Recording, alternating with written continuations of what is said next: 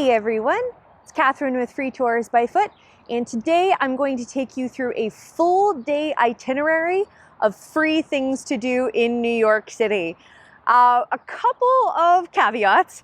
While all of the activities that I'm going to mention are completely free, in order to do this and to really maximize your time, you do have to get on and off the subway a lot. I believe there are 6 subway rides in this itinerary. So you will of course have to pay for those depending on how long you're staying in New York City. This might be a good opportunity for one of those unlimited New York Metro cards, but that depends again on how many days you're staying and how many other times other than this itinerary you would be using the subway.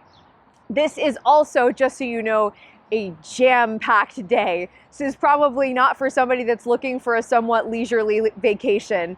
This one is going to start at 8 a.m. and go well past 8 o'clock in the evening. So a jam-packed day, but lots to see and covering a lot of the highlights, like I said, all for free.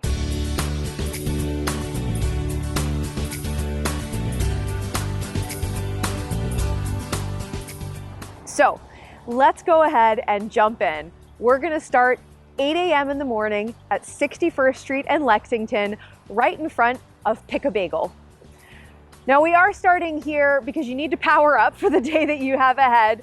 And this is a great location, not just because it's very close to Central Park, which is going to be our first activity, but also because these are truly fantastic New York bagels. A great New York bagel, like Pick a Bagel, it's going to be hand-rolled, boiled, should have a nice chewy exterior. There are a lot of different ways you can get your bagel. You can get yours with cream cheese, you can get a bagel sandwich, but anything you get here is going to be great. My personal favorite is a whole wheat everything bagel.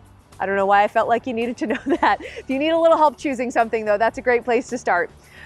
So once you have had your bagel, 8:30 a.m., we're gonna head over to Central Park. So we're going to use the first part of the morning to cover the lower section of Central Park. So this is going to take us from the southeast corner of the park over to Strawberry Fields, finishing up on the west side at 72nd Street. So some of the things that you're going to see in this lower section of Central Park are going to be the Plaza Hotel right at the beginning.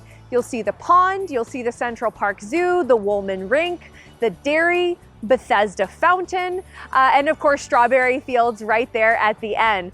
Now if you take a nice walk through the park starting at 8:30, you kind of go at a leisurely pace, take some pictures, you should be finishing up over at Strawberry Fields at about 10 o'clock in the morning. And so right there on Central Park West is a subway station at 72nd Street. You are going to hop on the B train there at 72nd Street and take that down to 42nd Street, Bryant Park. It's a quick ride, but you'll get to get off your feet for just a few minutes.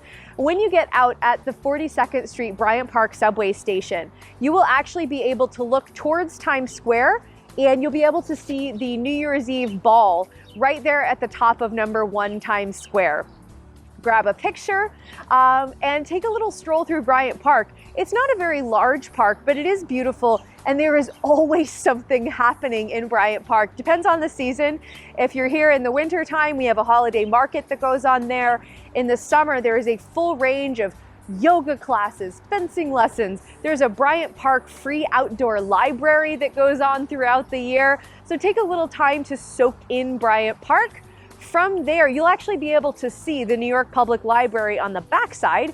You're gonna walk around to the front side, check out the library, maybe go in for a minute, at least go in and see the entrance and the Rose Main Reading Room. It is really, really beautiful. But then you can continue walking down 42nd Street. You'll be able to see the Chrysler Building, my personal favorite skyscraper in this entire city, and you'll be able to go inside Grand Central Terminal. Grand Central Terminal is a train station, but it is also an absolute masterpiece of architecture. It is beautiful, great place to spend a little time. You can walk around. If you have time and you are so inclined, we do have an audio tour. We also have a self-guided tour right on our website that you can get. It's nice to have a little bit of information. Grand Central has an amazing history, and there's also like some nooks and crannies in the terminal that I think if you've never been before and you weren't really looking for them, you wouldn't necessarily come across. What Grand Central also has, public restrooms if you need them, and also a food court on the lower level. So We are right about lunchtime at this point in the itinerary, so this is a great opportunity to grab some lunch at Grand Central. Sit there and eat for a little while, get off your feet. Again, we have a lot more walking to do. But once you finish up with lunch, about 12:45, you're gonna get on the 7 train towards Hudson Yards. The 7 train goes 2 different directions there at Grand Central, so make sure you get on the right train, but it'll be easy because Hudson Yards is the last stop going the direction that you need to go. So it will say 7 train to Hudson Yards. So make sure you get on that one. Head over to Hudson Yards. Hudson Yards is a new development. It's actually the largest private development New York City has seen since Rockefeller Center was built in the 1930s. And it's actually still ongoing. There's still some construction going on there, but a lot of it is finished. Including the beautiful vessel. So this is something where you are going to have a little bit of advanced planning that you need to do. The vessel is free, but you have to have a ticket because it's a timed entry. The way that this is designed, there's all these different staircases going up and down this beautiful sculpture piece. So they have to limit the flow of people going on and off of it. So you are going to want to make a vessel reservation for 1 p.m. And spend a little time on the vessel. The amazing thing about doing this is you get, by going up and down all of these different staircases, you get all of these various views of this city. So make sure you have your camera ready because this is a great spot to take some pictures. Now from here, you are actually right at the north end of the High Line. So you can walk the High Line straight down to the other end from here. So if you've spent, let's call it 30 minutes at the vessel, you can start walking down the High Line at 1:30. So the full length of the High Line from where you are is about 1.5 miles, but you're gonna wanna stop. You're gonna wanna take a nice walk. There's some beautiful views. You're gonna wanna take pictures. There's even some spots along the way if you wanna sit and rest for a few minutes. I definitely recommend doing that. And there's also a lot of art installations on the High Line. So make sure you really save a little time to take all of it in. You're gonna walk down the High Line for about an hour, and you're gonna finish up at Gansevoort Street, which is the southern end of the High Line. So from there, you'll be pretty close to the A and C train at 14th Street. That's the blue line. And from there, you're going to take a downtown-bound A or C train, and you're going to get off at High Street Brooklyn Bridge. So High Street Brooklyn Bridge Station is very close to the Brooklyn side of the Brooklyn Bridge. So the next up on our itinerary is to walk across the iconic Brooklyn Bridge. So you can go on the Brooklyn Bridge from either direction. You don't have to start in Brooklyn, but it's actually fantastic to do it.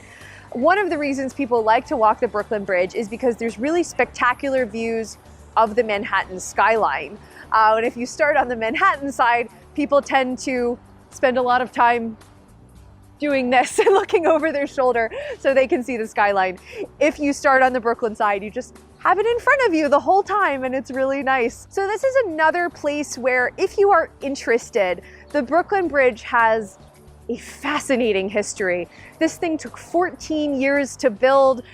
This was the longest suspension bridge in the world at the time, so a lot of new things were happening. It was a really big turning point for New York City and for Brooklyn, which were 2 separate cities at the time. This was the first time there was a land link between the 2 cities. We do have an audio tour walking the Brooklyn Bridge, starting on the Brooklyn side, like I'm having you do now. So if you are interested in learning a little bit more, this is a spot where I really do recommend getting that audio tour for just a few dollars and having it guide you across the bridge. You'll definitely learn a lot about the bridge and make sure you spot all of the various things that you can see from the bridge as well. So if you started your walk across the Brooklyn Bridge at 3 o'clock in the afternoon, and you take a leisurely walk across the bridge, stop, take lots of pictures. We're padding this a little bit. This will put you over the bridge at about 4 o'clock. The full length of the Brooklyn Bridge is 1.1 miles or 1.6 kilometers. So this is a leisurely and generous amount of time. But right there on the other side of the Brooklyn Bridge, you're going to be right by City Hall in Manhattan. Right by City Hall, there is a subway station. You'll see it as soon as you get off of the Brooklyn Bridge. And from that subway station, you can take the number 4 train and you can take it downtown bound, just a few stops to Bowling Green.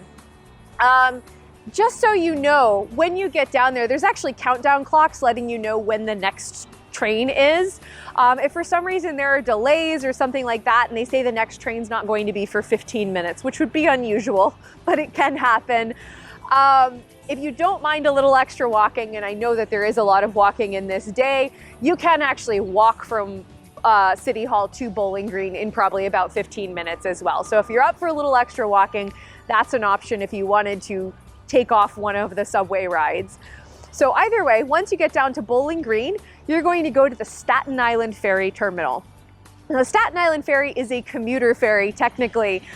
Ferries commuters back and forth between the southern tip of Manhattan and Staten Island all day long, and it's completely free. And even though it really is supposed to just be a commuter ferry, it's actually used by a lot of tourists in New York City as a sightseeing ferry, with good reason. There are some amazing views of the lower Manhattan skyline and the Statue of Liberty and Ellis Island out there in the harbor. Going to the Statue of Liberty and Ellis Island can be a very long day if you want to do those. If you want to do that and get off on those islands, you absolutely have to take the Statue of Liberty ferry. That's the only official way to do it.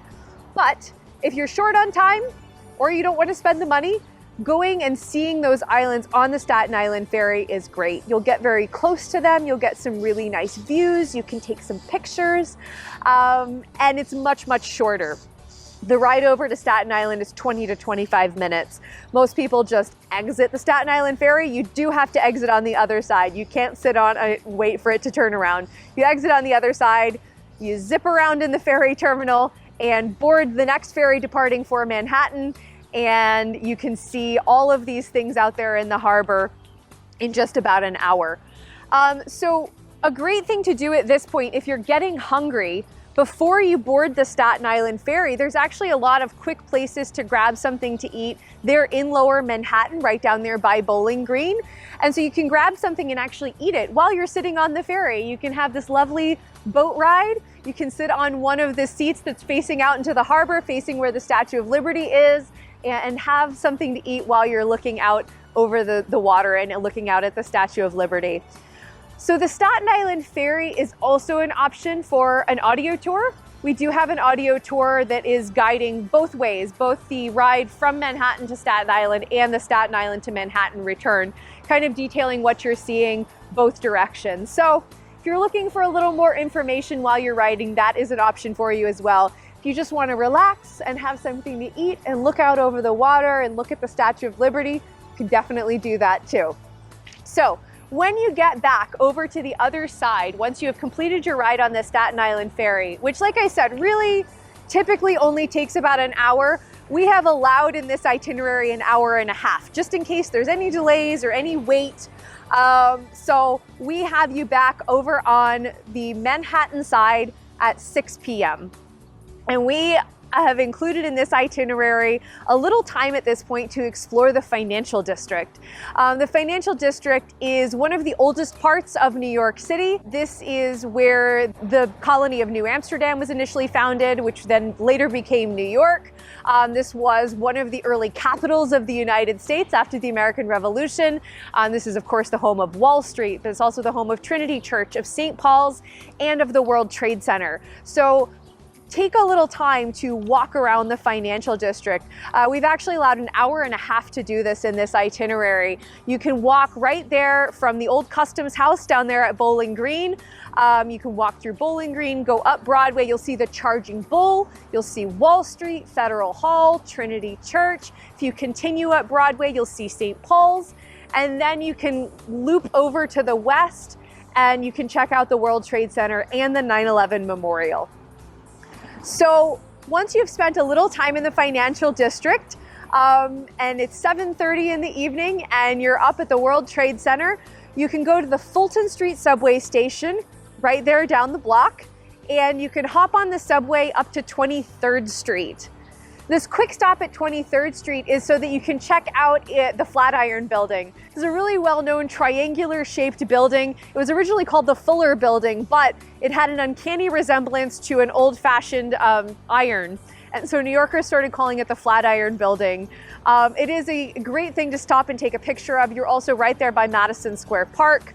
Another great place to just take a few minutes, look around. We have you arriving there and spending a little bit of time, and then at 8:15, hopping on the subway. You can take the yellow line, you can take it up just a few stops, and you're going to get off at Times Square, 42nd Street.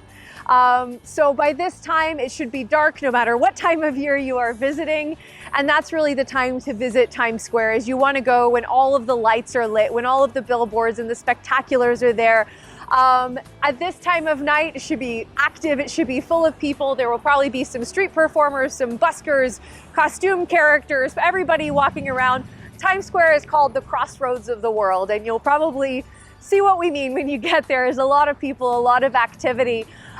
If you are tired at the end of this long day, which would certainly be understandable, you can head over to the red steps in Times Square. You can sit and just people watch for a little while. It's one of the best things to do in Times Square. If you have a little more energy left, once you've spent some time in Times Square, taking in the sights, taking in the lights, you're actually just a short walk from Rockefeller Center as well. So if you wanted as an added bonus to the end of your day to head over to Rockefeller Center and walk around, it's another great place to visit at night. So there it is, a full day, more than 12 hours in New York City with all free activities. If you are short on time, if you don't have a lot of time or days to spend in New York City, this is a great way to see some of the most popular sites all in one day. If you're short on cash and you're really trying to watch your budget for your trip to New York City, here is a great way to spend a full day in the city, spending almost nothing, just your subway rides and those audio tours if you decide to take them. You do not have to spend a lot of money to have a great time in this city. This place is for everybody. So thank you so much for joining me, and we'll see you when you visit New York.